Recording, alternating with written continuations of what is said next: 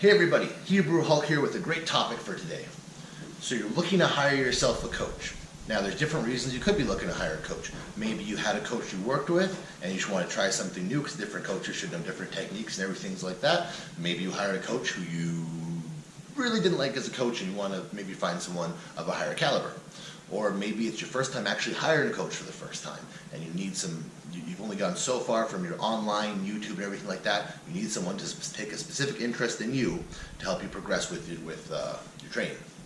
So, number one, this is a rule I've always kind of followed for myself. If you're looking to hire a coach who is themselves an athlete, you need to look at who they're being coached by. Because a lot of times a great athlete is only a great athlete because they have great advice.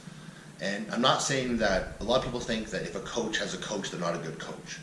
Because in my opinion, a good coach should have a good coach to help them proceed and learn more as they move along. There's always more to learn in the fitness industry. You can never know everything. The second you know everything, you don't know anything. I've always been a believer in that. Most of the best coaches I've worked with keep pursuing to learn more themselves. They hire other coaches. They're constantly researching, mentoring, and continuing education, things like that.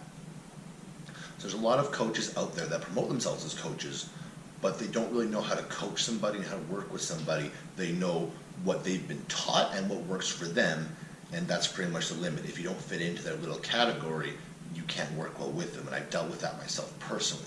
So always take that into consideration. Have they just worked with one amazing coach who's done well for them, or have they worked with other coaches? Have you talked to people that have been coached by them? Are there reviews on their page where they seem to really work with a variety of different people, or just people that have great genetics that they wouldn't really have to do that much anyways, they didn't need to. Number two, do you find them to be a very vague person? If you sit down with the coach one-on-one, online, however it is you get a chance to meet with them, are they good at answering your questions? Because as you're hiring them, you should be able to ask them any question you want, and they should really have good answers for you. If they don't have an answer, or they're just very vague about their answer and not willing to give you a better explanation if you ask for it, you really need to question, do they know what they say they know? There's a lot of coaches out there that present themselves as great, amazing coaches, but can't answer simple questions specifically that you want to know the answers to. So really take that into consideration. Next, when you're sitting down with your coach or emailing, they'll usually send you a questionnaire, they'll ask you questions. That's important. If they're asking you just like the basic things, how tall are you, how old are you, what's your weight, done. There's so much more taken into account after that. There's previous injuries, there's medical history, current supplementation you're on, certain diet you've been following, how long you've been training for, all these other things. Every single coach I've had that's been worth his merit on their questionnaire, or they've personally asked me about previous injury or anything like that, because that can really change how they interact with you. Some of the best coaches I've talked with actually asked me about my current digestion, because they're making sure that my food processes properly. There's certain foods that I can't handle well, and gone into that account. So you need to make sure that they're taking investment in you the way you're taking investment in them, because they need to know who you are as a client, or you're going to end up with a program that they give for everybody out there, not just one specifically designed for you. Now the next question isn't so much for people hiring online coaches, more people hiring one-on-one coaches. Do you get along? Do you have the right mentality that matches theirs when it comes to training? Some trainers have that real, I'm aggressive, super macho, lift this, lift that, and that's not always the best thing. If you're a mild, timid person and you're scared to enter the gym and you constantly have them looking at you, pick that up, don't put it down, you're going to be like, this person's way too aggressive for me, I'm not enjoying my workouts, and I hate being at the gym right now. A good coach, especially if you're just getting started out, should make you want to work out, help motivate you, not just yell orders at you as much as possible.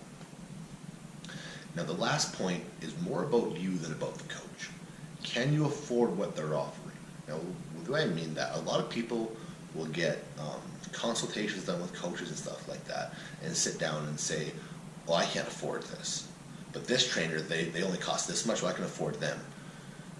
You get what you pay for. There are a couple coaches out there that very much undervalue themselves and charge way less than they should, not in a bad way. There's also the coaches that charge way more because they think they have a basic certification and are the best coaches out there now because they have that certification without even thinking they might have more they need to learn down the road. That really comes into account if you can afford that.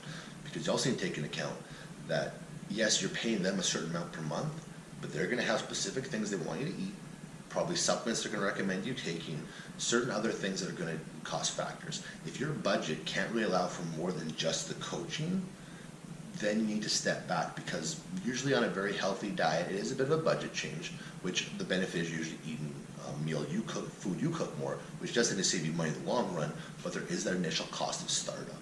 And if you're not prepared to handle that cost, then yeah, you've paid the coach for all this information, you get your new diet plan, everything that, you're like, I don't have money for groceries this week. I can't get started. So take all this question into consideration. If you have any other comments or questions you want to add to this, or anything, any points that you find particularly important when hiring a coach, please write it down below. And I would love it if you guys liked and subscribed to this video, so you guys can see everything I'm doing in the future. All right, this is the Hebrew Hulk signing out. Remember, if it doesn't challenge you, it doesn't change you. Have a good one.